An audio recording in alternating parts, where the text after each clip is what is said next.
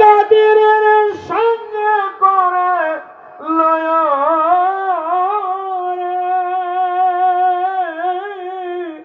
ও প্রাণের রাসূল গো, আমার বিদায় কাল নিকটে দাঁড়ায় রে। আগে হলো বড় পীর হলো আমার আল্লাহ, এরপরে দ্বিতীয় হলো নবী। এখন আল্লাহ এবং নবীকে কি আমরা চিনতে পারবো?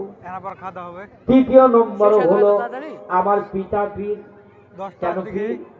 বাবার প্রথমে আমার মস্তক আসে, তাই না? চতুর্থ নম্বর হলো আমার মা পীর।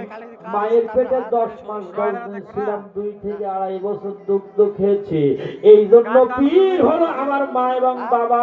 কিন্তু এই জগতে যখন আমার 10 বছর পার হলো, 25 বছর পার হলো, আমার মানব কুলটা কি করে ধন্য হবে? আমার মা সূরা ফাতিহার মধ্যে 56 জায়গা ভুল, বাবা হলো সূরা ফাতিহার মধ্যে বাবা আলহামদুলিল্লাহ জ্ঞানের বুড়া বা বৃদ্ধ। তোনার পায়ের তলে কি করে আমার বেহেশত হলো?